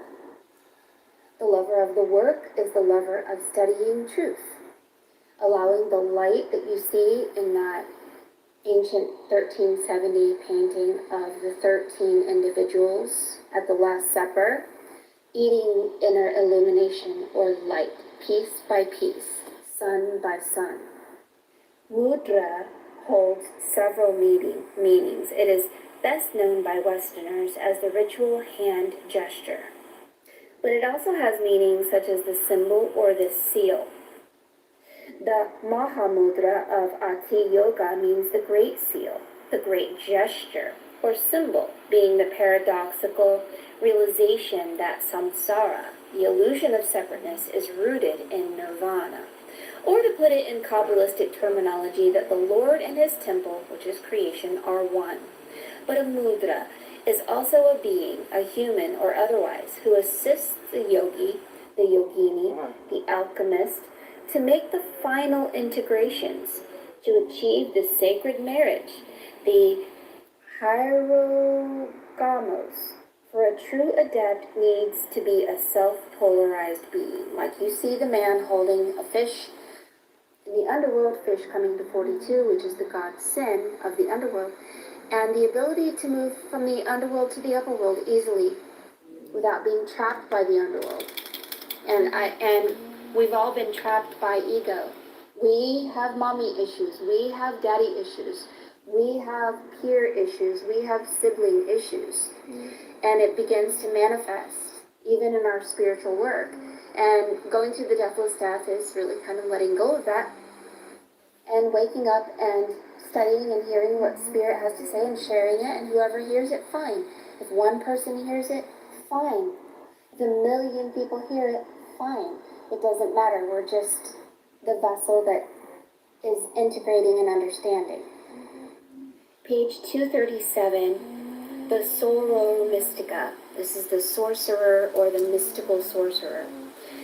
This alchemical practice has been taken out of context because the reasons for it are unknown to non-practitioners and have given rise to all the nonsense taught under various guises, working partners, soulmates, and other distortions. Sorcery is found in an aping the art, and ignorance drags everything down to its own level. In Vajrayana, there are two classes of mudra, karma mudra and dharma mudras. Karma mudra is a physical consort, while a dharma mudra is a non-physical one. In those Tibetan traditions that advocate celibacy, gurus advocate the need for a physical karma mudra for a monk or a nun who has followed a celibate lifestyle and needs to acquire direct knowledge of physically expressed sexuality in order to gain certain relevant insights. In that 1370 piece, you'll see the divine feminine above the table. This is the Dharma. And the karma would be under the table. So the karma mudra represents the physical reality, and the Dharma is that female above the eighth character, being fed divine radiance. And I think that religions really mess up dharma and karma. They really mess up the male and the female. Like in the Bible, they say no woman should be teaching, or if any man speak as an oracle. And in Islam, there seems to be a polarized of God, Gabriel being their Holy Spirit, which is male. And there seems to be maybe a misinterpretation because I am considered male, I am considered the karma, The Dharma, the Holy Spirit, which should be Gabrielle being the divine feminine, would be female, not because they're literally female, but because it's an esoteric expression of how the invisible is magnetism.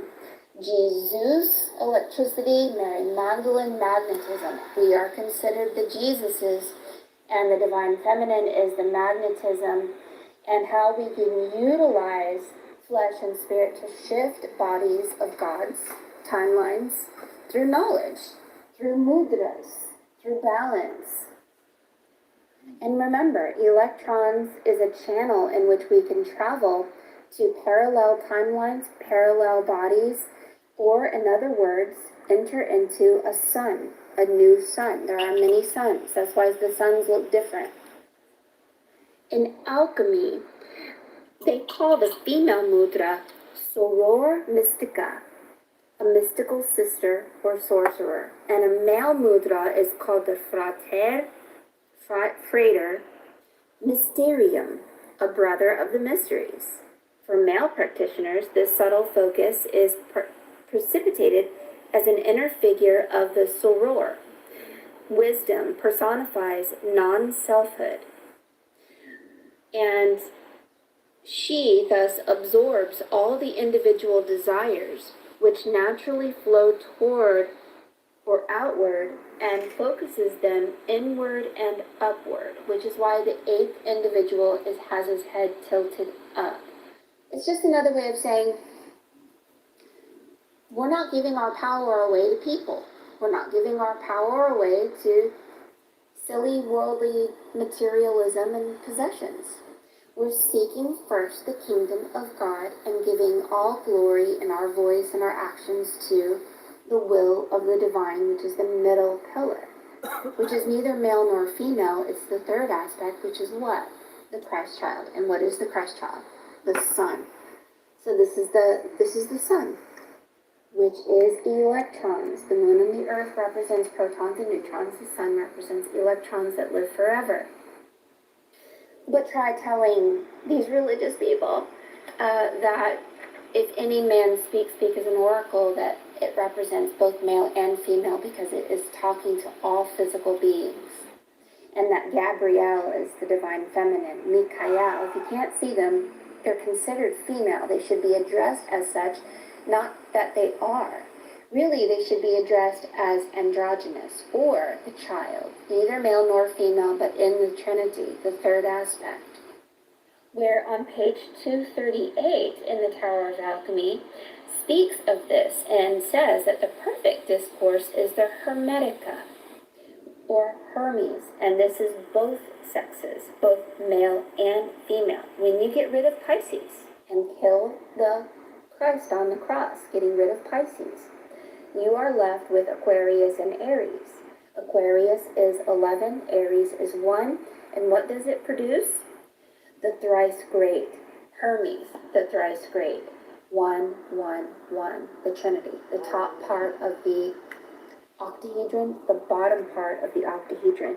Literally, you become the embodiment of Aquarius and Aries, spinning to parallel bodies, parallel timelines, no longer confined to physical laws, no longer confined to the written word, but hearing the unwritten word, becoming telepathic, and being free from your physical avatar to travel into many other avatars so that you never die. So the purpose of studying, which is the lover of the work, which is the mudra, is to exteriorize your subtle body. You're here to create your immortal body. You're here to be, quote unquote, born again. You're here to create your solar light body. That's all you're here for. Everything that you've participated in is just symbology, swimming all around you, wanting to wake you up to a job that you have to do. And that is to become the white wizard, to become the white dove, the white unicorn, the white lamb, purified through water, your flesh, fire, spirit, steam, the white essence, which turns into a magical agent known as plasma, which turns into the octahedron, your chariot of fire, which gives you your freedom and your deliverance. I will conclude with this one quote from page 239 in the Tower of Alchemy. A mystical alchemist, or a yoga, teaches how to pick up forces from the earth's center and draw it up the middle pillar of the spine like your middle finger. These forms and how to do this is the basis of alchemy. Only those who can do this can do magic. We in the West work with a tree. In the East, they work with flowers. But it is the same thing. Why did Isaac Newton sit up against the base of a tree?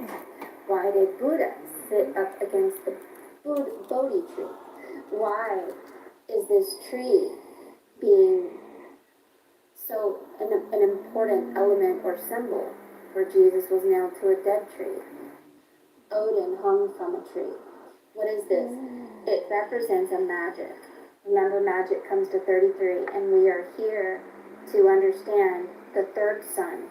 The third flipping of the sun is 33. When you go to the fourth flipping of the sun, 44 or 55, which is 10, you begin to develop your ability to harness electrons, harness the center of the earth, harness the middle pillar of your spine, and get into real magic. Because you want to be so powerful and so important, and everyone loves you and kisses your feet. No, because Spirit asked you to.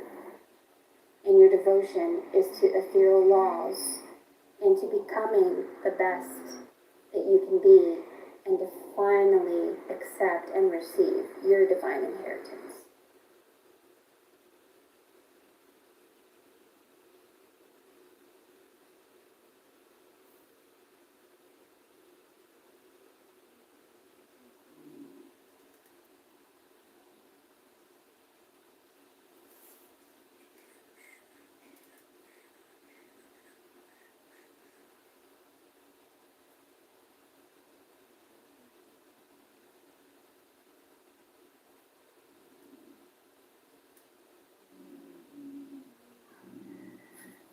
Hey, collective, hey, welcome back, guys, welcome back. Shout out to the entire YouTube fam. I love y'all. Shout out to everyone that has liked, commented, subscribed.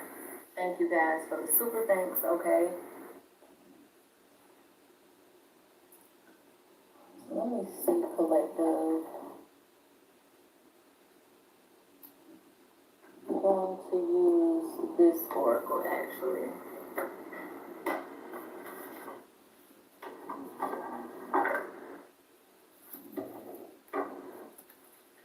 Alright, Spirit, give me some messages for the collective. What is it the collective needs to know? Give me some messages for the collective. What is it the collective needs to know?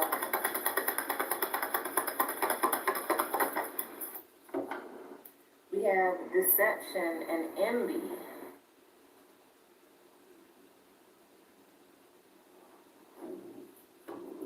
Somebody's wearing a mask. I'm also seeing emotional withdrawal here. Somebody may have emotionally withdrawn from you, right? But you may not know the reason why. That could be the deception, okay? It don't have to be that. It could be something totally different. But for somebody, there's some type of deception or envy in your energy. Somebody is wearing a mask, okay?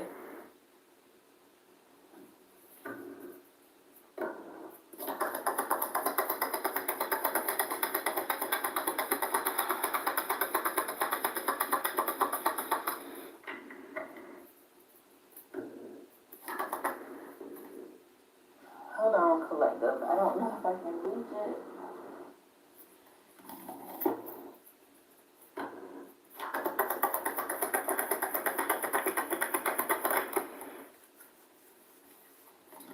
We have heartache and loss.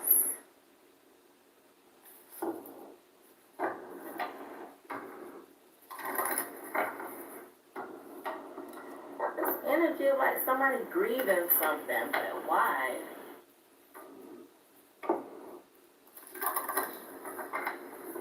Somebody can be hiding their feelings, collective. Somebody may be hurt, but they acting like they not hurt. That's literally what I'm picking up on. Look at the bottom, partnership and alliances. Something could have happened within a connection. This could be romantic, it could be personal, okay? But I'm really picking up for somebody. Somebody is hiding their true feelings, right? Somebody is hurt, somebody is grieving something, and they hiding it.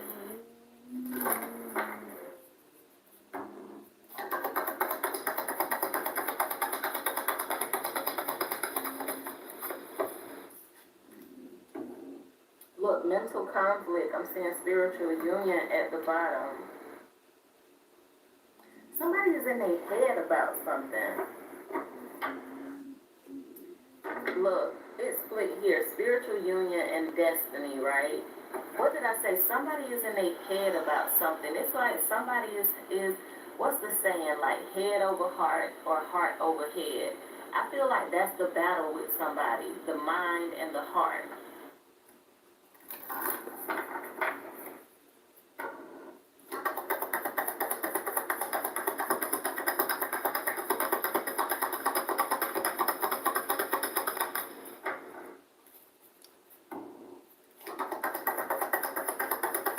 Also,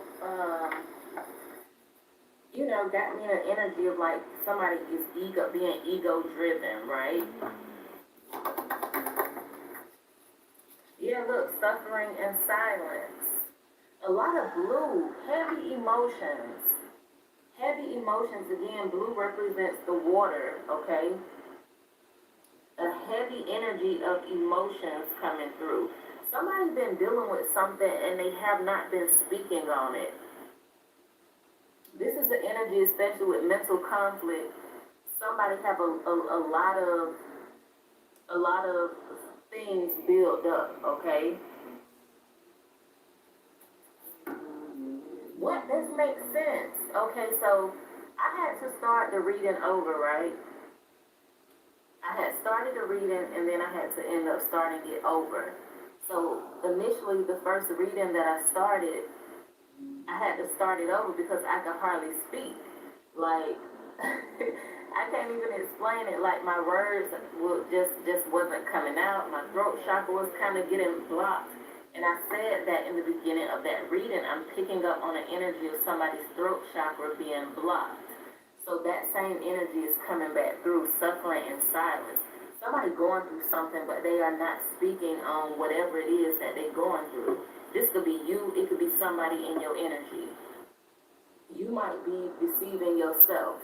You might be lying to yourself. It don't have to always be someone else, okay?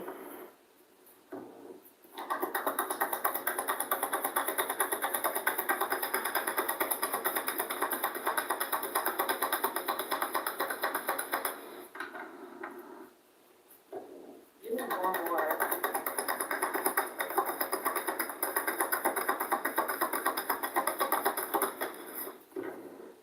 We have spiritual strength. I'm seeing master number 99, okay? I'm also seeing awareness here at the bottom. This is the energy of the magician. For somebody, you need to transmute that shit. That's exactly what you need to do.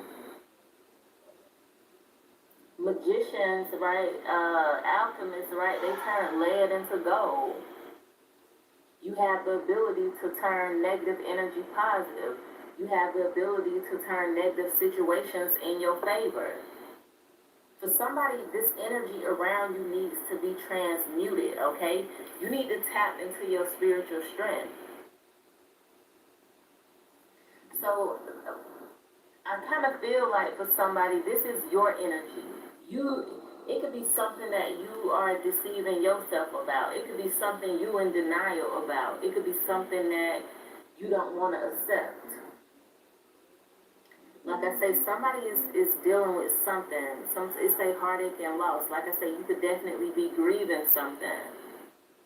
This could be a loved one. It could be a relationship. It could be a job, okay? It could be a person, place, or thing, okay? but you in your head. For somebody, I feel like you overthinking. You may also need to have a conversation with someone with suffering in silence, because you're going through something alone, and I feel like, I don't care what you're going through, you don't have to ever go through it alone, okay? It's always a listening ear. But like I said, spiritual strength, you need to tap into your power. The eclipse starts at 3:34 tomorrow instead. Literally. 3:33. Let's clarify. Let me try this oracle. What is deception and envy? What is deception and envy here? Whoa, collective. I don't even think this is the right deck, collective, to use. I'll use tarot. What is deception and envy? What's deception and envy here?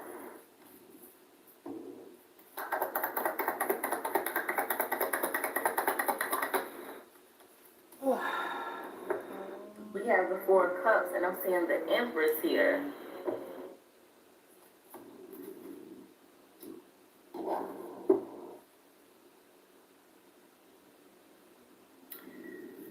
For somebody, so I'm picking up two things. I'm picking up two things. For some of y'all,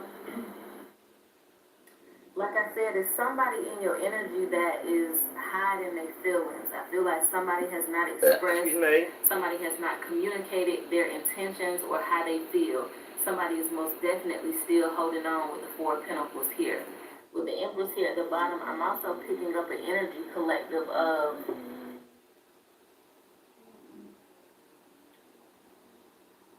you needing to hold on to the idea of who you are.